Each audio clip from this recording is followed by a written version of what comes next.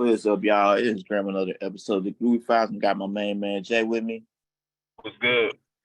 And today we'll be talking about Noname, Sundial, and we'll be also be talking about the concept of labels. Are they dead in 2023, or what is their use in 2023 besides streaming power and things like that? So first off, I want to say that Sundial is tied with album of the year for me with Navy Blues album, but I think is a very sharp critique of Noname self on top of critique of other people, but there's nothing wrong with that. Like we have to I think with Black people we kind of have to get out this. Well, people in general have to get out of this mindset that if I critique somebody just because if I critique somebody that you can't be critiqued, yes you can, but as long as there's nothing wrong with that. You could Noname is critical of famous Black musicians who politics do look funny, but also she's critical of herself. But also at the same time we have to think about that Noname isn't some poser. She does her work in her community and things of that nature. So there's a lot of stuff I love about but big thing is that Noname rapping is I think it's the best rapper she's done of her career. And then in the concepts on her album, I feel are just very creative. For instance, potentially the interlude, and then Beauty Supply and songs of that nature. I feel express her creativity in the best way they can. Potentially the interlude, she's kind of talking about okay, y'all want me to be something that I'm not yet, or I'm not at all, and not just giving what's taken to was not taking what's given to you. And Beauty Supply is like Donovan said, it's like a hotel love song. So I really enjoyed this album from head to toe, and I feel in the way the mainstream has kind of been weird this year, this is a breath of fresh air and something. It gives me something that I can take from that I don't hear often. There's of course messages in music every day, but I feel this is an album that's okay, this really gives me something to actually think about, and not something that I haven't heard before, or haven't heard in a while.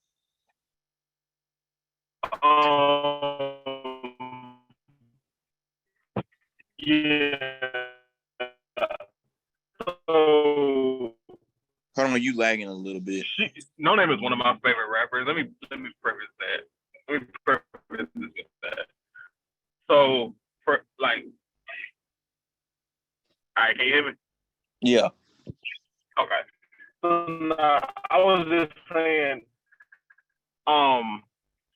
yeah, this is probably my favorite album this year. I really appreciate. Jay, you pretty bad, bro. Are you driving? Transparency. And all right, hold on. Yeah, hold on. Let me do this a different way. Hold on. All right.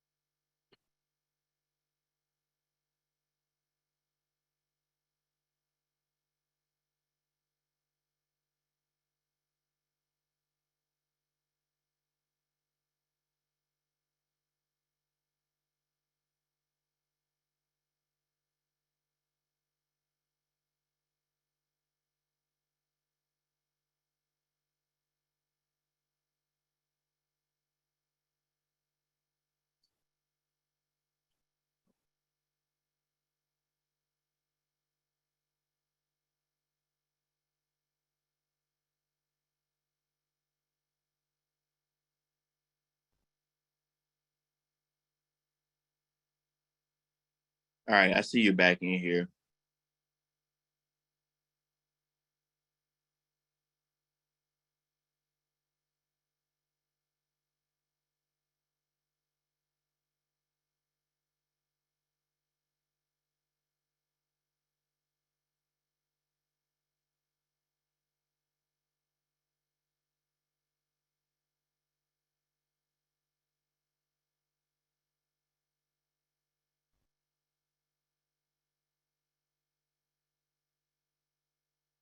All right, can you hear me? Yeah. But continue. Okay, yeah. So I was gonna say this is probably my favorite album this year, and I appreciate the ability to be transparent, especially with somebody who's like known for you know being critical of public figures and being willing to say I am not above criticism myself. So I understand um people wanting to defend um defend the artists they love or the actors they love or whoever when they're being critiqued. It's just like, and I'm not saying that I'm above that. You can critique me as well. I can be critical of myself. Sometimes I'm a hypocrite. Like, I appreciate the ability to be so straightforward because a lot of people don't do that. And I feel like that's what causes the issue when you start to be critical of other public figures when you act like you're above that, and this is not that. And I feel like that's what I enjoy the most about this.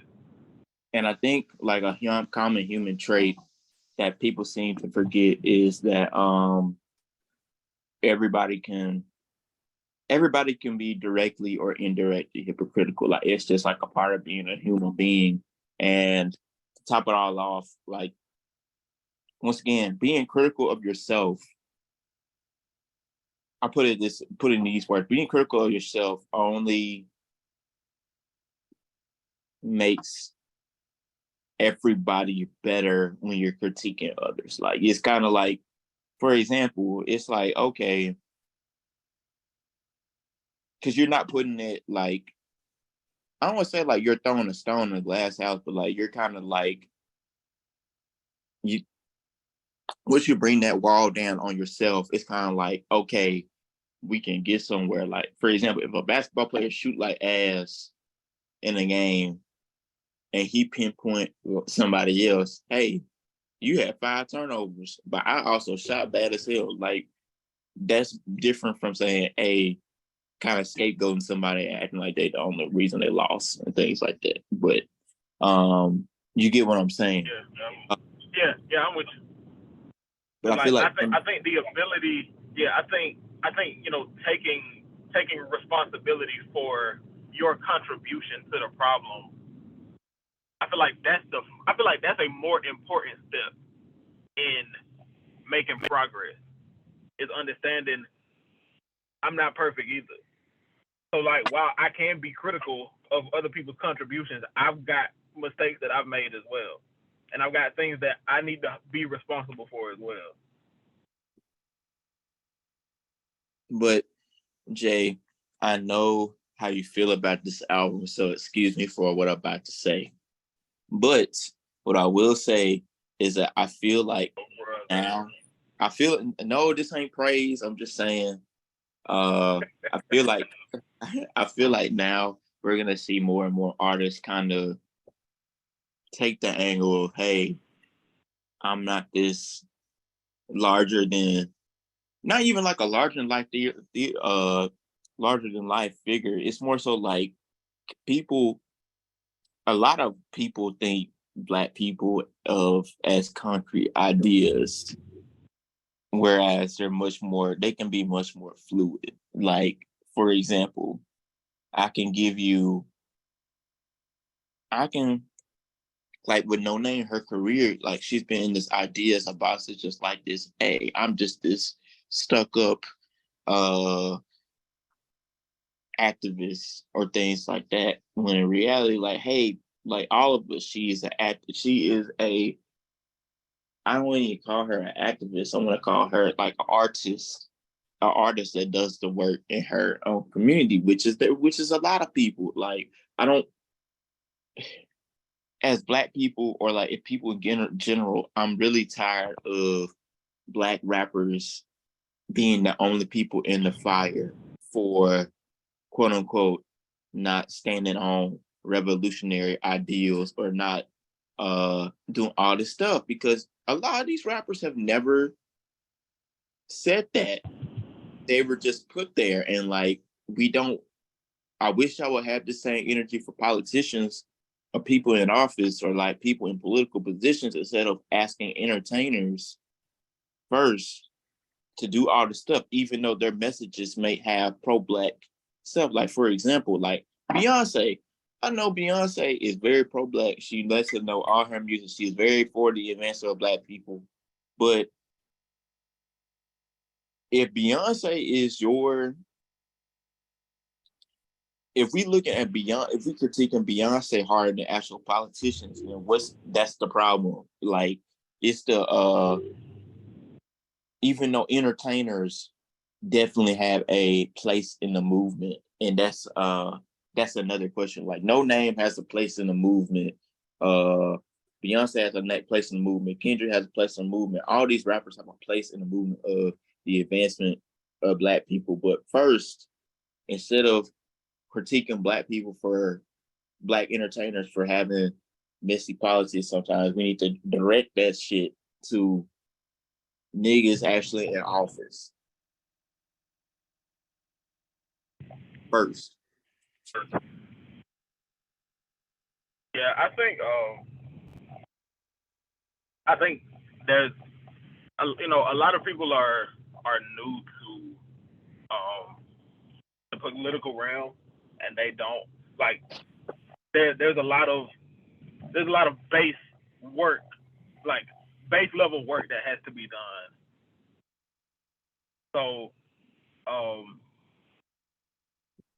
I'm I understand, sometimes people get their politics from entertainers because let's be honest, being Black is it like Being your black, mere being black existence, means your being. mere yeah your mere existence is political somehow, and that's unfortunate. But I mean that's just the reality that we live in. But I feel like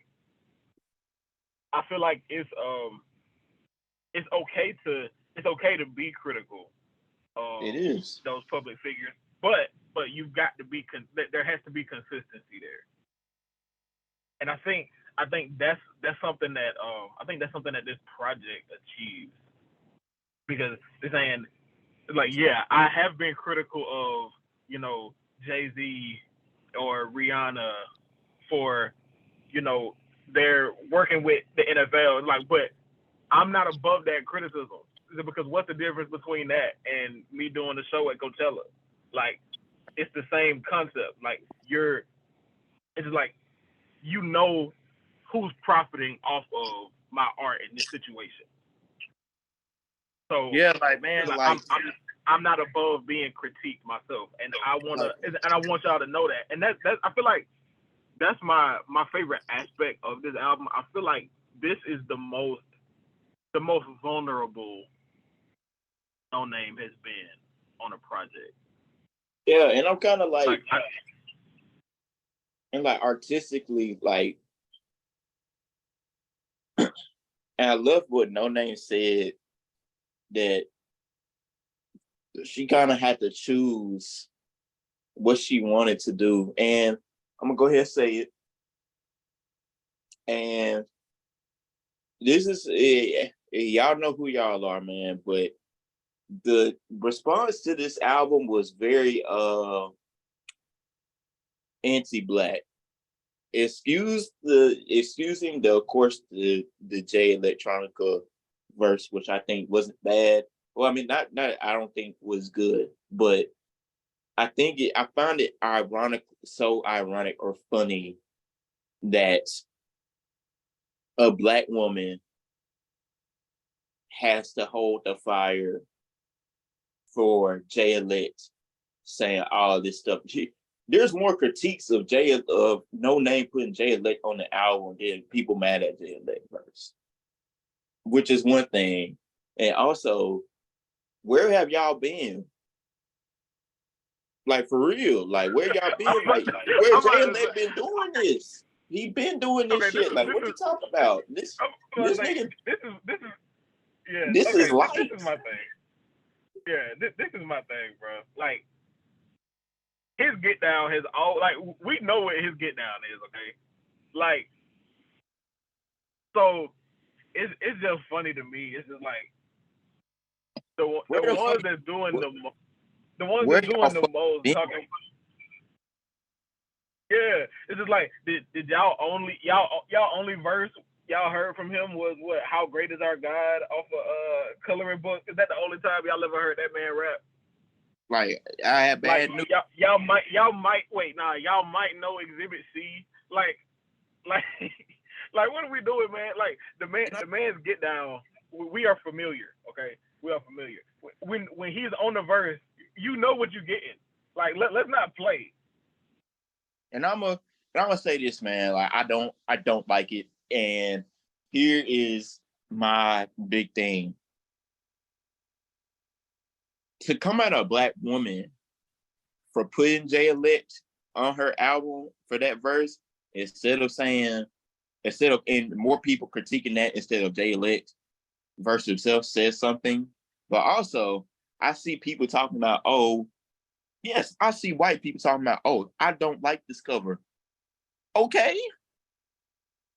Nigga, what? Like, what the fuck? They gotta, like, dude, what do you, I'm gonna be honest, man. Like, dude, y'all are full of shit. Like, what are you talking about? Like, why would you even come out and say that? Like, dude, like, what? This is my thing, bro. It's just like I know so many of y'all have fucking Mr. Morale on y'all best albums list. It's just like the man with Kodak on all of them songs. So I want to hear. I would love to hear. I want y'all to be honest with yourself. Okay, yeah, be honest with yourself. We have seen people get like Kendrick is my guy. Don't get don't get wrong. Kendrick is my guy, but we have seen so many entertainers in general get slandered. Well, not even get slandered for stuff that's arguably worse. That's not arguably is worse. Like what are we doing here? Like, dude. It's just like, bro, the same energy is never kept. It's just like I want y'all to be honest and just say, I care about this because it's somebody I don't like, and it just gives me a reason to not like it. And to top it all off with Mr. Morale, like, dude, like the whole, how do you take the whole concept of the album and be like, yeah, I'm gonna go to bat for this, and then instead of like, and then saying a Noname when like in reality, I feel like they're very like in terms of concept, I feel like they're, even though Kendrick touches on some stuff here and there, and then Noname touches on some, expands on some stuff here and there, but I feel like at their core, they aim for the kind of like the same, very similar things. Yeah, the central theme is the same. Yeah, I agree. Yeah, like Kendrick kind of like, hey, obviously I'm not your savior. I am just an entertainer. And then Noname is kind of like, okay, I critique entertainers, but I'm also an entertainer myself. A black entertainer myself, and my politics aren't always in line. But at the same time, she wraps it around with at the end of the album, kind of like, okay, we all that we got. Even though some of our politics are funky, we have to come together and figure out a solution for this. And my whole thing is like, hey, white people, y'all fucking tripping on this shit. Cause it's like, dude, like y'all don't come for any other black male entertainers that be doing funky shit. But the minute Noname say something, it's like, oh, I want to get the pitchforks out. I'm like, dude, all the rappers that y'all all the rappers that y'all like and everything like that have done worse stuff. Like, what are we doing here, man?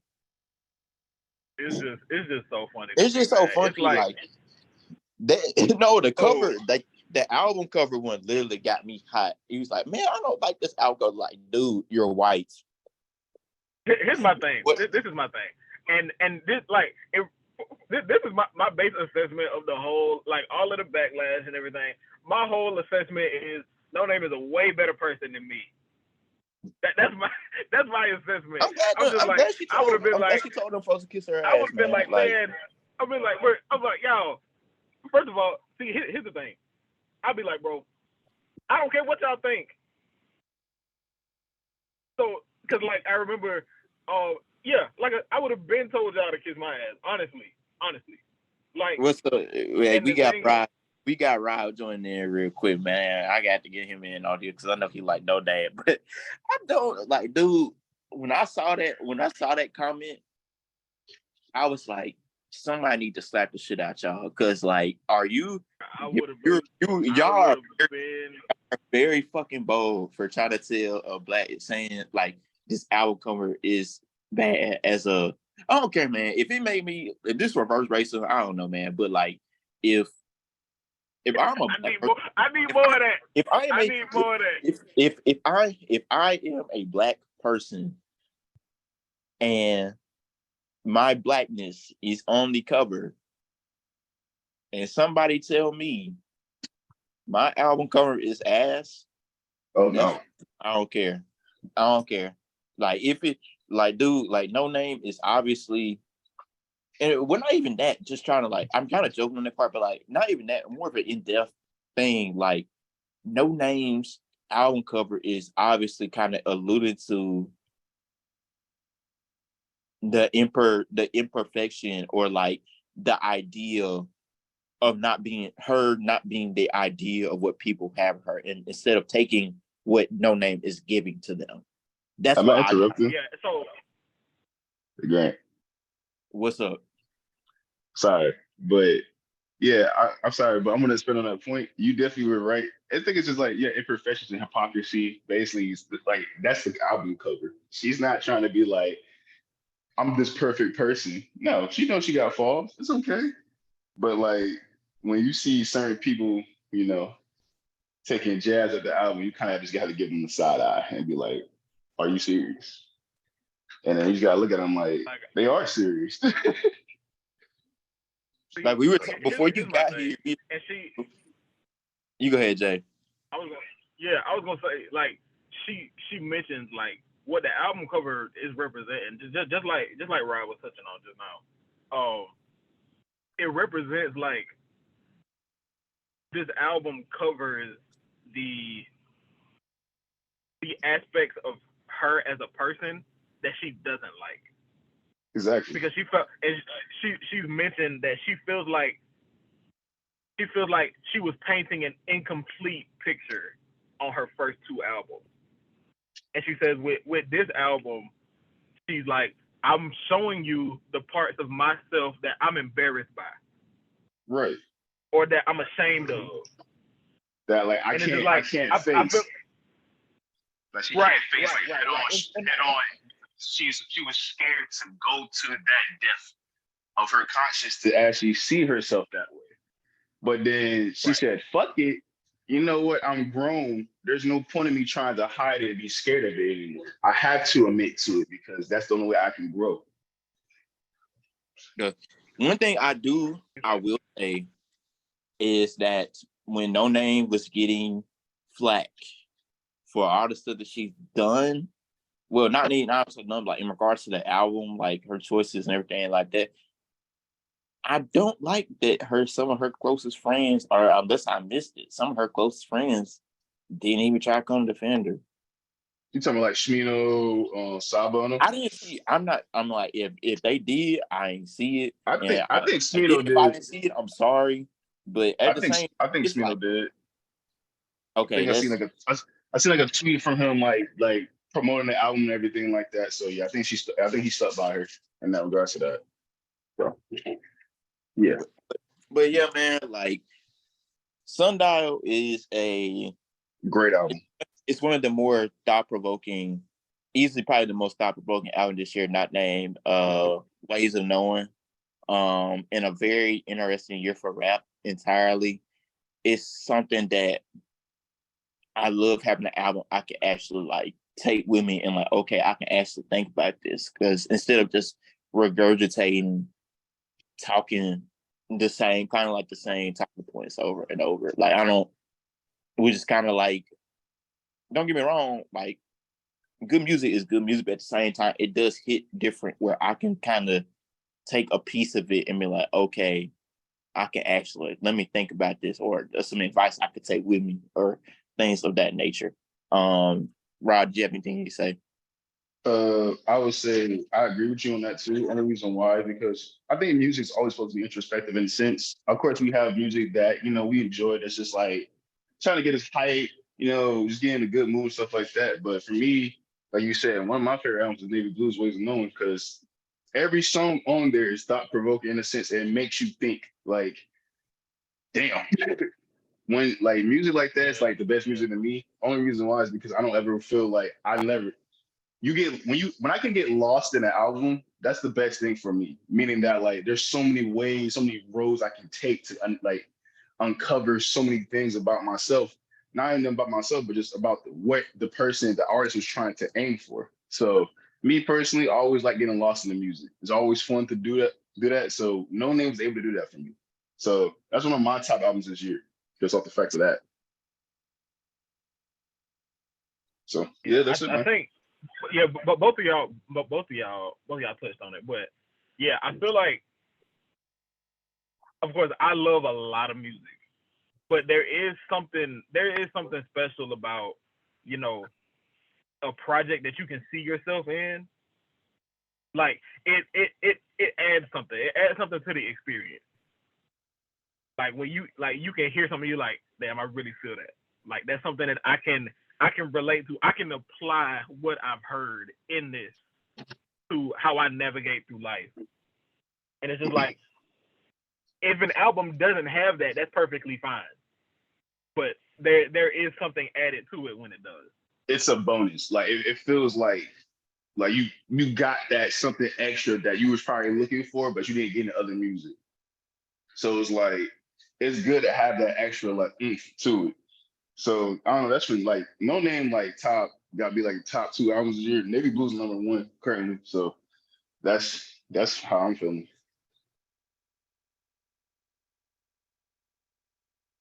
But on to the next topic.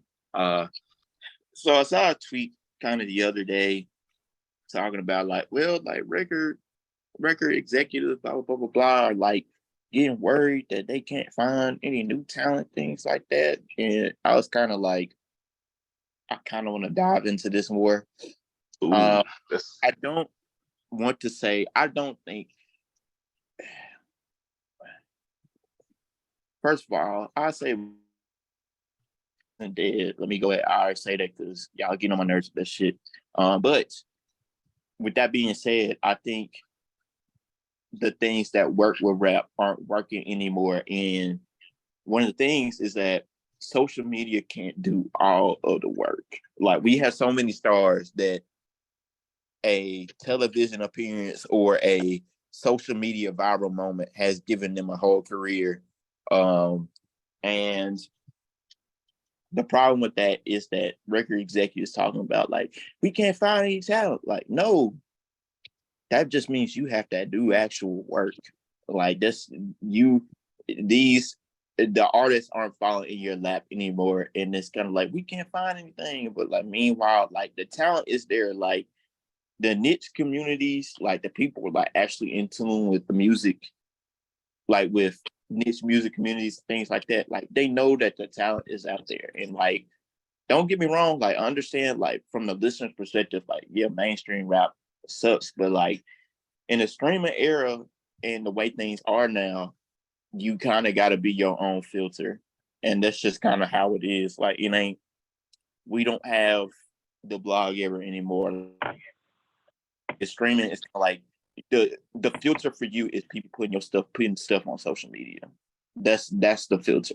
When that's a good and bad thing. So it is kind of like I don't think record labels are like dead or anything like that, or they don't provide any use for consumers and listeners. The use just isn't positive anymore. Like I'm not talking about indie labels. I'm talking about like big giants and things of that nature. And everybody's wondering, like, the whole rap is dead thing is kind of coming from, well, these guys aren't selling out on tour, or these dudes ain't doing ABC. I'm like, dude, you telling me I'm not paying that fucking money for no damn Lil Durk concert, dude.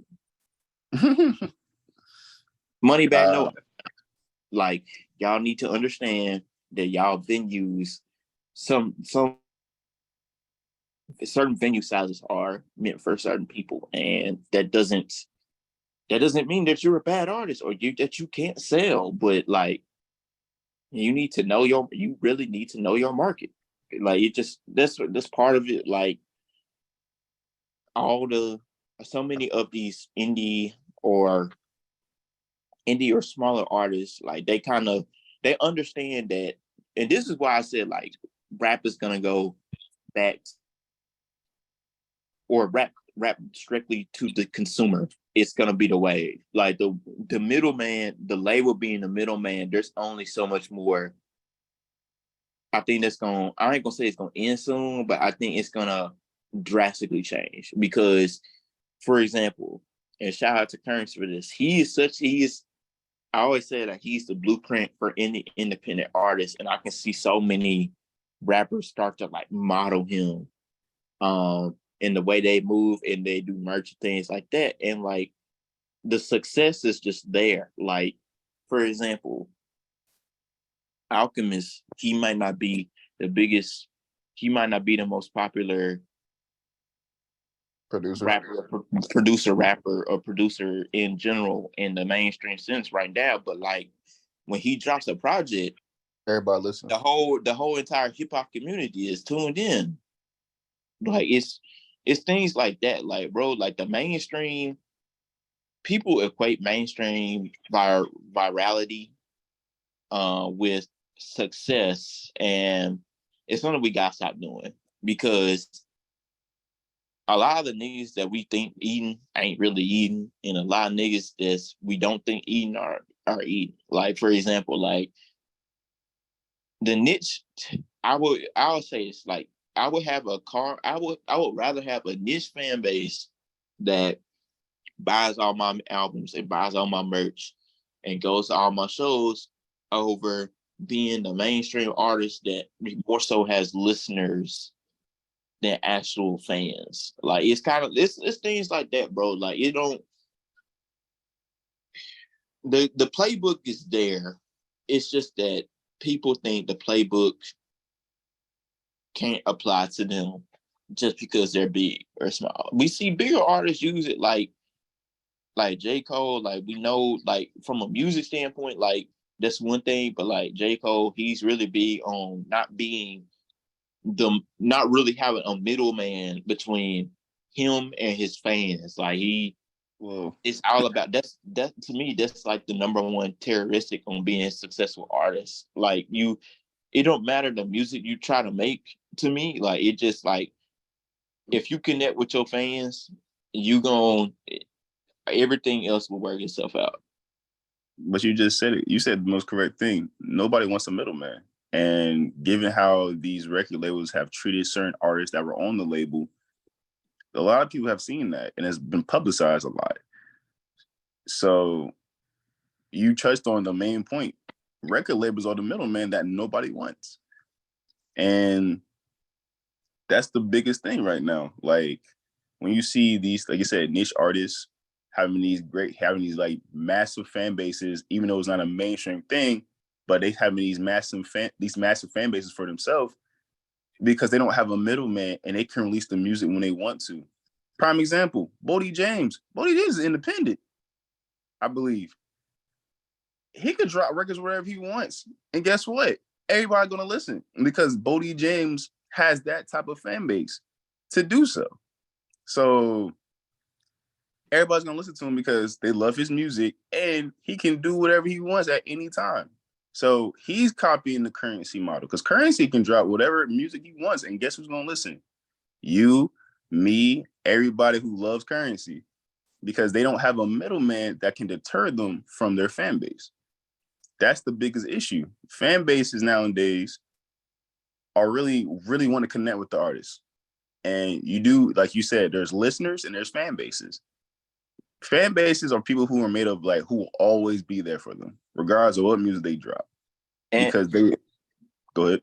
and one thing I was gonna say is like, for example, Doja Cat was talking about like a parasocial relationship with her fans and stuff. And like, I know some people are obsessed with her, but at the same time though, like her fans didn't really do anything. Like They it just didn't.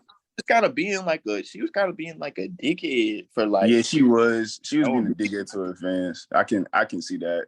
I don't know. That's a gray area it's with a her. very weird dynamic with her because it's kind of like she got these hardcore. She definitely got hardcore fans, but at the same time, though, Doja Cat was like alienating her fans, talking about like, yeah, y'all like this music. I think this music ass. I'm like, Like why would she's doing it. why would She you was being say that? obtuse. She was being obtuse and doing that shit on purpose. So of course it's like she was like a dickhead to her fan base. So it's like she kind of put on herself a little bit, but at the same time, like I said, it's a very gray area with that situation. But yeah, like back to Yeah, just like go ahead. I was gonna say I think there's like a complicated relationship right now because I don't think record labels like as they stand will ever die. But it's one of those situations where um, the way that an artist interacts with a label and with fans is going to be changed because of social media and the way that we navigate in that space now. So, like, whereas, when the labels would come, like we remember from artists in the earlier mid 2000s where they would say, oh, the label want me to make a song like this that sounds like this featuring whoever. I feel like now, in order for labels to get what they want out of their artists, they're going to have to give them a lot more artistic freedom and just be like, make the music you want to make because the people are here for you. They're not here for a specific sound. We're not at that point anymore. Sorry, hold on. I agree with that. They come to get me. Hold on.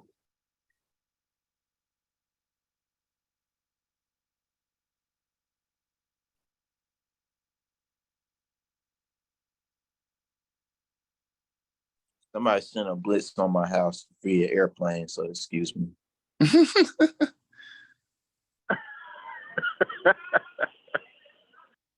Hey man. Well, it's kind of like labels kind of in a like labels are in like a rock and a hard place with how they labels are in a rock and a hard place, and it's kind of like you have to train. Y'all gonna have to strategy because everybody's saying mainstream rap dead, but we just saw Bees, somebody who he's kind of catapulted himself into another tier of stardom off this album because his music is so unique compared to everybody else. People want artists that don't sound like other artists. Like I don't want to this like niggas are using the same exact producers, the cadences, the same exact everything, and people are and like the fatigue is there. Like I saw somebody say, "Yeah, I'm tired of killing nigga music and everything like that," and I'm kind of like, I get it because these niggas are all rapping about it in the same exact way. Girl, I you know don't what you think sound like right now? I don't think it's I don't think it's the subject matter. I think it's niggas got the same exact formulas.